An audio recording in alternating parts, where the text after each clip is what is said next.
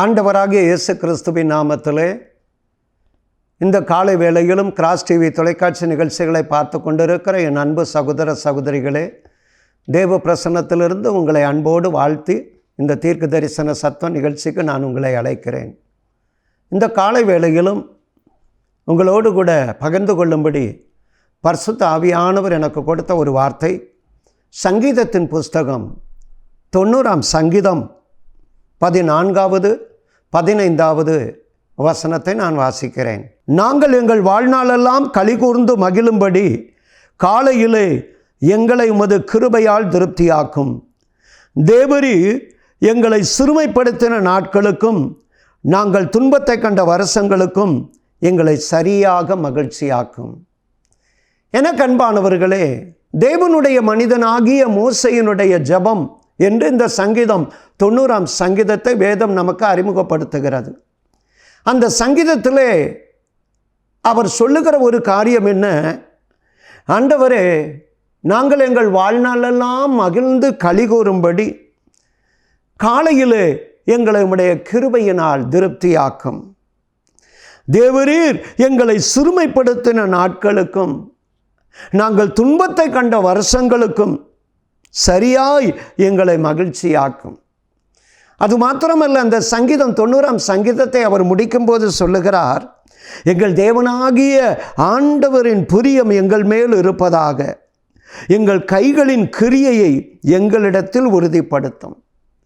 ஆண்டவரே, எங்கள் வாழ்நாளெல்லாம் மகிழ்ந்து களிகூறும்படி இந்த காலை வேளையிலே எங்களை உம்முடைய கிருபையினால் திருப்தியாக்கும். நாங்கள் துன்பத்தை கண்டோம், ஆனால் துன்பத்தை கண்ட நாட்களுக்கெல்லாம் எங்களை நீர் ஒருவர்தான் சரியாக மகிழ்ச்சியாக்குகிறவர். எங்களுடைய கைகளின் கிரியைகளை எங்களிடத்தில் உறுதிப்படுத்தும் ஆண்டவரே, உம்முடைய பிரியம் எங்கள் மேல் இருப்பதாக. என்ன ஒரு அருமையான ஜெபம்! ஒருவேளை அருமையானவர்களே, இந்த காலை வேளைகளும் ஏதோ ஒரு வேதனையோடு வருத்தத்தோடு இருக்கிறீர்களோ, மன சஞ்சலத்தோடு கவலையோடு இருக்கிறீர்களோ, ஏதோ உள்ளத்தை அழுத்துகிற ஒரு பாரத்தோடு கூட இருக்கிறீர்களோ, ஒரு வேதனையின் உச்சக்கட்டம், ஒரு ஏமாற்றத்தின் விளிம்பில் இருக்கிறீர்களோ, உங்களோடு கூட தான் இந்த சங்கீதத்தின் மூலமாக கர்த்தர் பேச சித்தம் கொண்டிருக்கிறார். அருமையானவர்களே, இந்த மோசே என்கிற தேவ மனிதன் யார்? நம் எல்லாருக்கும் தெரிந்தது தான். இஸ்ரவேல் மக்களை சுமார் 430 வருடம் எகிப்திலே அவர்கள் அடிமைகளாக இருக்கும் பொழுது அவர்களை மீட்டெடுத்து அவர்களை வழிநடத்துவதற்கு ஒரு தலைவனாக கர்த்தர் தெரிந்து கொண்ட ஒரு பாத்திரம்தான் இந்த தேவனுடைய மனிதனாகிய மோசே. 120 ஆண்டுகள் அவர் இந்த பூமியிலே வாழ்ந்தார் என்று வேதம் நமக்கு சொல்லுகிறது.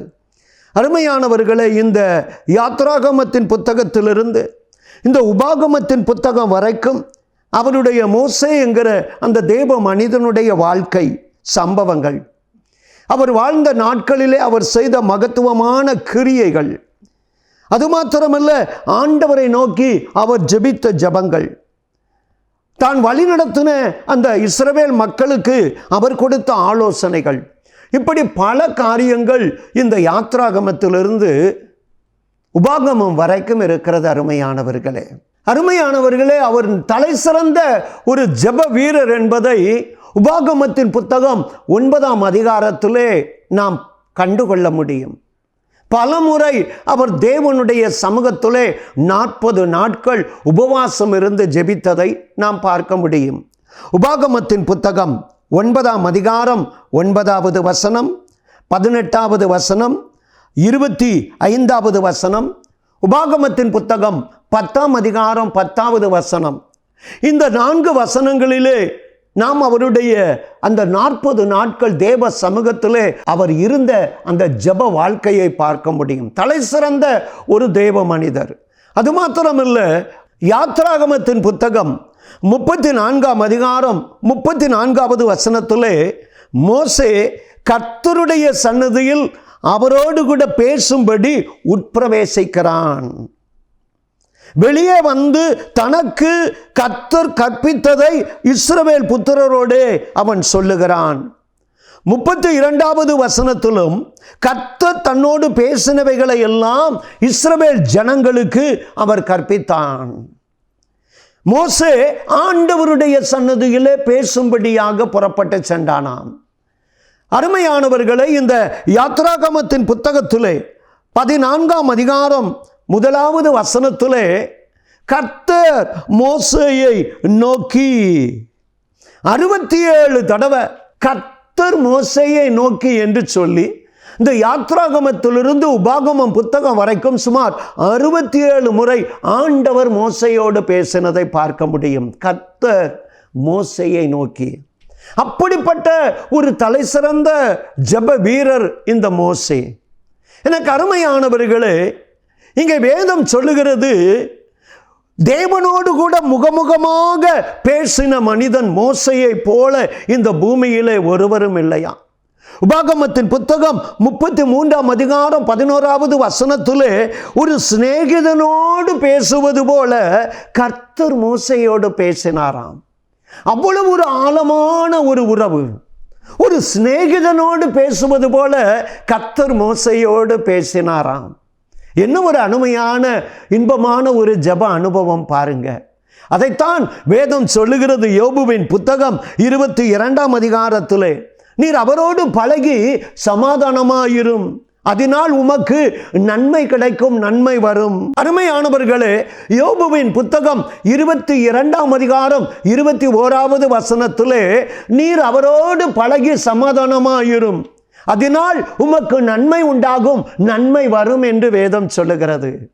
நீ ஆண்டவரோடு பழகி சமாதானமாயிரு, அதனால் உனக்கு நன்மை வரும் என்று சொல்லி, இந்த காலை வேளையிலும் அருமையானவர்களே, ஏதோ குடும்பத்திலே மனதிலே பிள்ளைகளால் ஏதோ ஒரு சூழ்நிலையிலே மகிழ்ச்சியை இழந்து ஒரு வேதனையோடு இருக்கிறீர்களோ, ஏதோ ஒரு இழப்பின் நிமித்தமாக வேதனையோடு இருக்கிறீர்களோ, கைகளின் பிரயாசம் ஆசீர்வதிக்கப்படவில்லை, ஏதோ ஒரு வேதனையோடு கூட இருக்கிறீங்களா, குடும்பத்தில் நேரிட்ட ஏதோ ஒரு சஞ்சலம், ஏதோ ஒரு இழப்பினால் ஒரு உள்ளத்தில் ஏதோ ஒரு வேதனையோடு இருக்கிறீர்களா, உங்களை குறித்து, உங்களுடைய கைகளின் பிரயாசங்களை குறித்து, அல்லது உங்களுடைய பிள்ளைகளை குறித்த காரியங்களை குறித்த ஒரு சஞ்சலத்தோடு கூட இருக்கிறீர்களா, வாழ்நாளெல்லாம் உங்களை மகிழ்ந்து கலிகூற பண்ணுகிற தேவன் ஒருவர் உண்டு.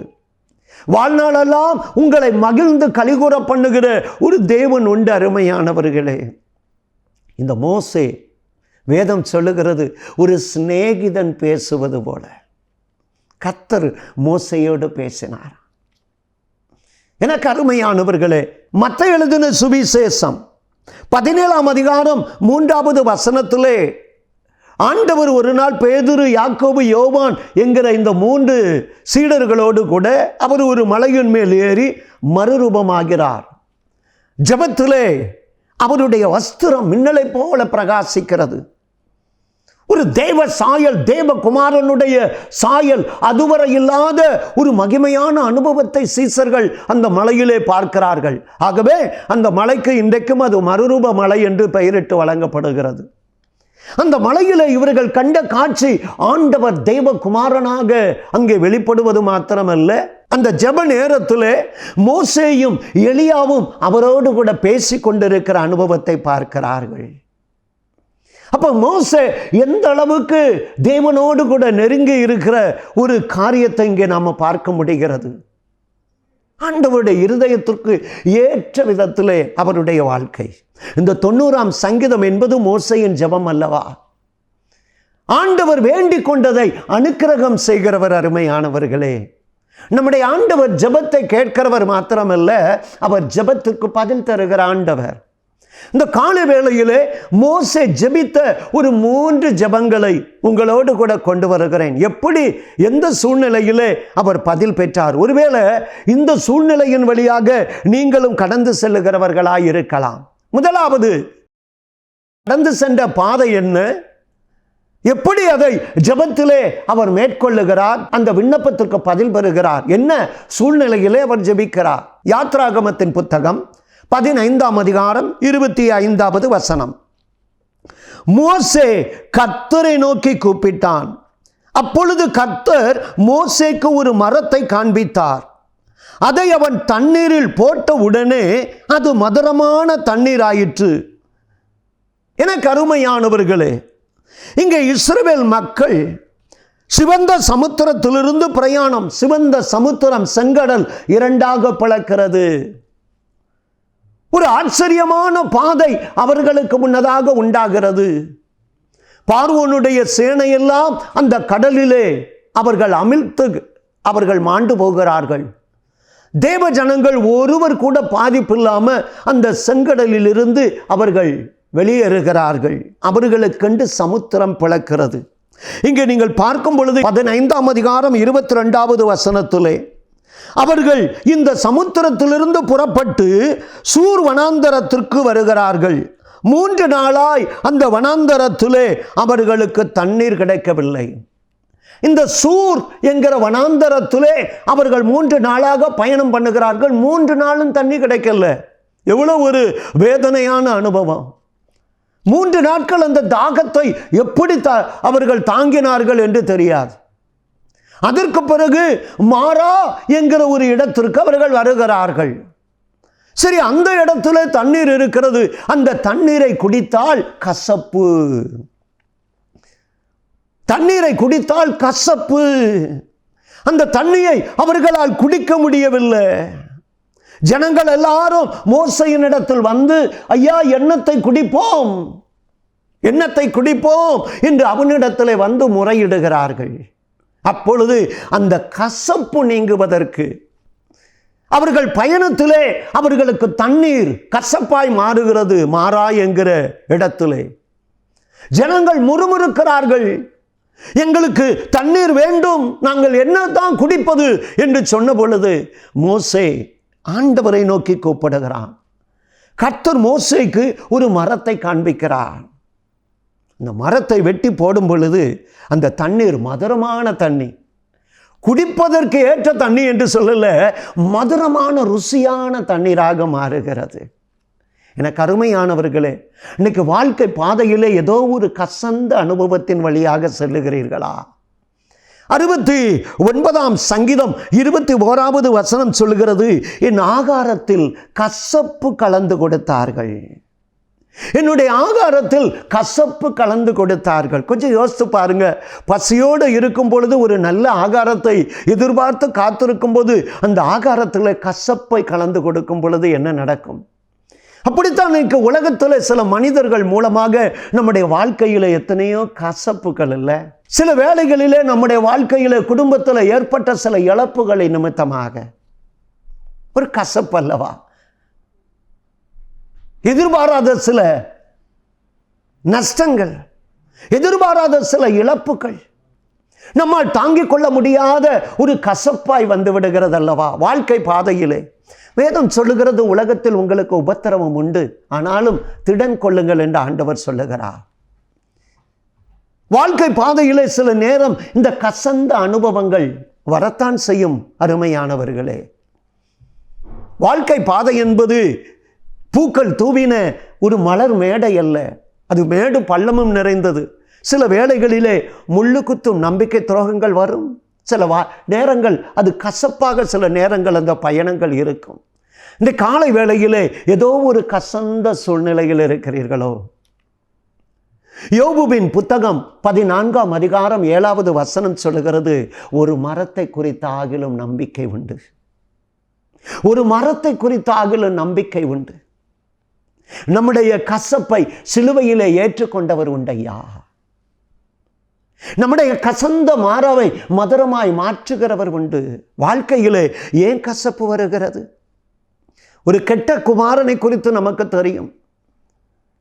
தன் தகப்பனிடத்திலிருந்து வலுக்கட்டாயமாக சொத்தை பிரித்து கொண்டு அசுத்தமான வழியிலே, பாவ வழியிலே அந்த பணத்தை எல்லாம் அவன் செலவழித்து, ஊதாரிய தனமாய் செலவழித்து, தீய நண்பர்களுடைய சகவாசத்திலே செலவழித்து, கடைசியில் அவனுடைய வாழ்க்கை எவ்வளவு கசந்த சூழ்நிலைக்கு போனது. இன்னைக்கு குடும்பத்தில் யாரோ சிலருடைய வாழ்க்கை பாவ வாழ்க்கை, விட முடியாத அந்த அசுத்தம், மதுபானங்கள், விட முடியாத அந்த கேடுகள் நிமித்தமாக வாழ்க்கை கசந்த ஒரு சூழ்நிலையில் இருக்கிறது அல்லவா. எரேமியா தீர்க்கதரிசியின் புத்தகம் 2ஆம் அதிகாரம் 19வது வசனத்தை பாருங்க. உன் தீமை உன்னை தண்டிக்கும், உன் மாறுபாடுகள் உன்னை கண்டிக்கும், நீ உன் தேவனாகிய கர்த்தரை விடுகிறதும் என்னை பற்றும் பயம் உன்னிடத்தில் இல்லாமல் இருக்கிறதும் எத்தனை பொல்லாப்பான கசப்பான காரியம் என்று உணர்ந்து கொள் என்று சேனைகளின் கர்த்தராகிய ஆண்டவர் சொல்லுகிறார். என்னை பற்றும் பயம் உன்னிடத்தில் இல்லை. தீமை உன்னிடத்தில் இருக்கிறது, மாறுபாடுகள் உன்னிடத்தில் இருக்கிறது, தேவனை விட்டு தூரப்பட்ட ஒரு அனுபவம் உன்னிடத்தில் இருக்கிறது. ஆகவே உன் வாழ்க்கை கசப்பாய் மாறிவிட்டதல்லவா? அப்போஸ்தலர் நடவடிக்கைகளின் புத்தகம் 8ஆம் அதிகாரம் 23வது வசனத்திலே தேவ மனிதனாகிய அப்போஸ்தலனாகிய பேதுரு சீமோன் என்கிற ஒரு மனிதனை பார்த்து சொல்லுகிறான், நீ கசப்பான பிச்சிலும் பாவ கட்டிலும் அகப்பட்டிருக்கிறதை நான் காண்கிறேன் அப்பா. ஆகையால் நீ ஒன்று செய். அதே 8ஆம் அதிகாரம் 22வது வசனத்திலே என்ன சொல்லுகிறான்? நீ உன் துர்க்குணத்தை விட்டு மனம் திரும்பி தேவனை நோக்கி வேண்டிக் கொள். நீ உன் துர்க்குணத்தை விட்டு மனம் திரும்ப தேவனிடத்தில் வேண்டிக் கொள். ஆம் அருமையானவர்களே, பாவம் எல்லா மனிதனுக்கும் இகழ்ச்சி. பாவம் இகழ்ச்சியை கொண்டு வரும், கசப்பை கொண்டு வரும். குடும்பத்தில் யாரோ ஒருவருடைய அவர்களுடைய பாவ வழக்கம், இணையதளம், செல்போன் அடிக்ஷன், ஏதோ ஒரு காரியத்தினால் உங்கள் பிள்ளைகள், வாலிப பிள்ளைகள் அல்லது வாழ்க்கை துணை யாரோ ஒருவரினால் இந்த பாவ வாழ்க்கையினால் குடும்பம், கெட்ட குமாரனுடைய வாழ்க்கையினால் அந்த குடும்பம் கசந்தது போல், அவன் வாழ்க்கையும் கசந்தது போல் ஒரு கசப்பான அனுபவத்தின் வழியாக நீங்கள் கடந்து செல்லுகிறீர்களோ? மோசே பாருங்க, அந்த கசந்த அனுபவத்திலே கர்த்தரை நோக்கி அவன் ஜெபிக்கிறதை பார்க்க முடியும். நீதிமொழிகளின் புத்தகம் 14ஆம் அதிகாரம் 10வது வசனம் சொல்லுகிறது, இருதயத்தின் கசப்பு இருதயத்திற்கே தெரியும். இருதயத்தின் கசப்பு இருதயத்திற்கே தெரியும். ஏசாயா தீர்க்கதரிசியின் புத்தகம் 38ஆம் அதிகாரம் 17வது வசனத்தில் எசேக்கியா என்கிற ஒரு தேவ மனிதன், அவன் அந்த தேசத்திலே அரசாட்சி செய்கிற ஒரு மனிதன், ஒரு ராஜா யூத தேசத்திலே. ஆனால் ஒரு நாள் அவன் சொல்லுகிறான், சமாதானத்திற்கு பதிலாக மகா கசப்பு என் வாழ்விலே வந்தது. காரணம், ஒரு தேவ மனிதன், ஏசாயா என்கிற ஒரு தேவ மனிதன் அவனிடத்தில் வந்து, நீ உன் வீட்டு காரியத்தை ஒழுங்குபடுத்து, உனக்கு வந்திருப்பது ஒரு மரணத்திற்கு ஏதுவான வியாதி, நீ இந்த வியாதியிலிருந்து சுகமடைய முடியாது, நீ உன் வீட்டு காரியத்தை ஒழுங்குபடுத்து என்று சொல்லும் பொழுது அவன் எப்படி சொல்லுகிறான்? சமாதானத்திற்கு பதிலாக மகா கசப்பு வந்தது. அந்த ஏசாயா 28ஆம் அதிகாரம் 3வது வசனத்திலே சொல்லுகிறான், ஆண்டவரே உமது பார்வைக்கு நலமானதை அல்லவா செய்தேன்.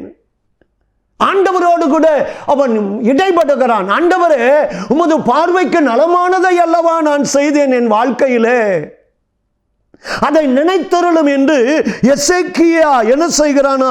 மிகவும் அழுது விண்ணப்பம் பண்ணுகிறான். ஆண்டவர் சொன்னார், மகனே உன் விண்ணப்பத்தை கேட்டேன், உன் கண்ணீரை கண்டேன். பாவம் ஒரு மனிதனுடைய வாழ்க்கையிலே கசப்பை கொண்டு வரும், வியாதி கசந்த அனுபவங்களை கொண்டு வரும். பல காரியங்களை வேதத்திலிருந்து நான் சொல்ல முடியும். ஆனால் இந்த காலை வேளையில் அருமையானவர்களே, குடும்பத்தில் யாரோ ஒருவருடைய பாவ அடிமைத்தனத்து நிமித்தம் வாழ்க்கை கசந்த ஒரு சூழ்நிலையிலே போகிறீர்களா? அவரை நோக்கி மன்றாடுங்கள். அவருடைய வலதுகரம் செய்யும் இரட்சிப்பின் வல்லமை உங்க குடும்பத்தில் வெளிப்படாதா? கர்த்தராகிய இயேசு கிறிஸ்துவை நீ விசுவாசி, அப்பொழுது நீயும் உன் வீட்டாரும் இரட்சிக்கப்படுவீர்கள் என்று வேதம் சொல்லவில்லையா? நம்முடைய ஆண்டவர் ஜெபத்தை கேட்கிறவர் மாத்திரமல்ல, ஜெபத்துக்கு பதில் தருகிற தேவன். வாழ்க்கை பாதையில் ஏதோ ஒரு கசந்த அனுபவத்தின் வழியாக போகிறீர்களா?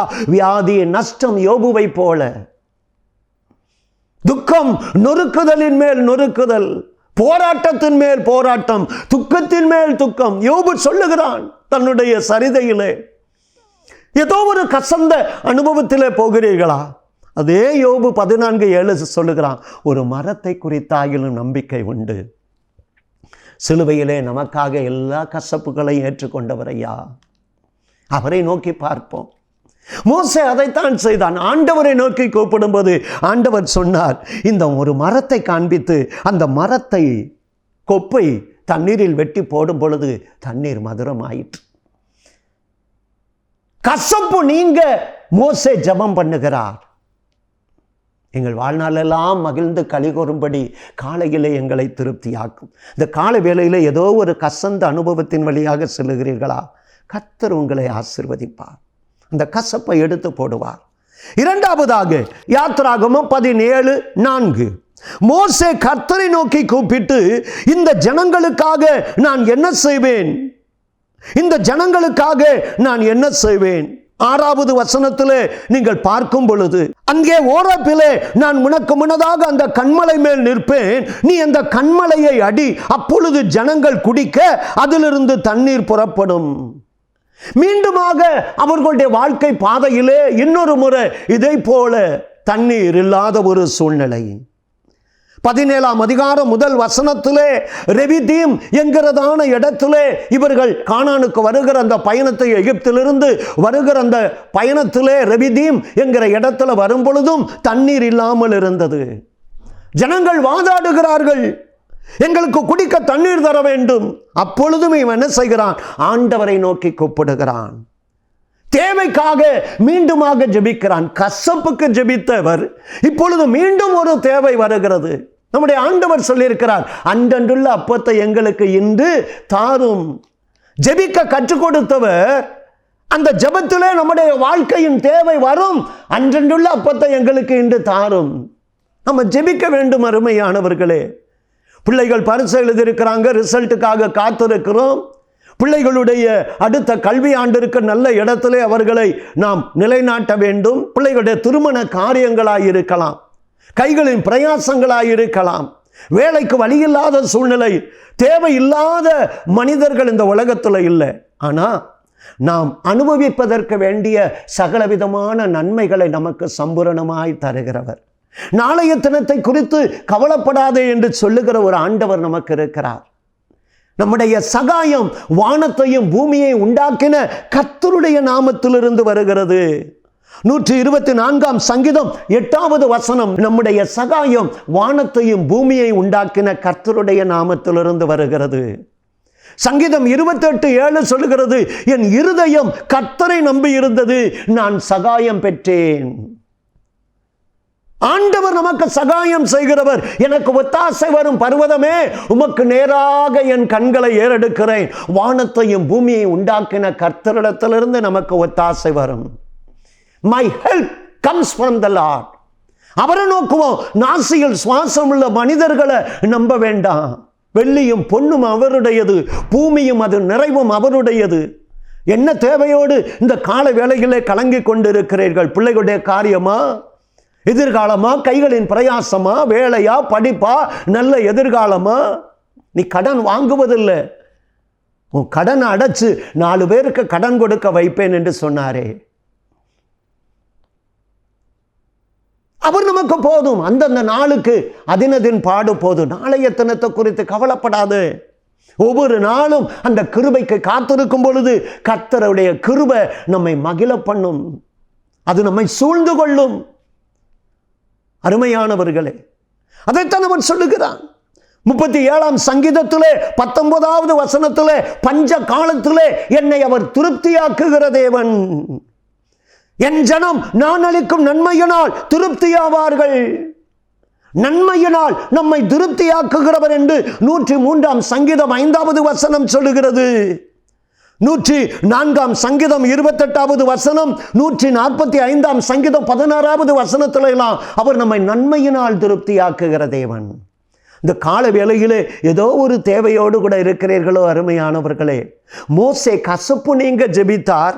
மோசே தேவைக்காக அங்கே ஆண்டவரை நோக்கி பார்க்கிறார், தன் ஜனங்களுடைய தேவைக்காக.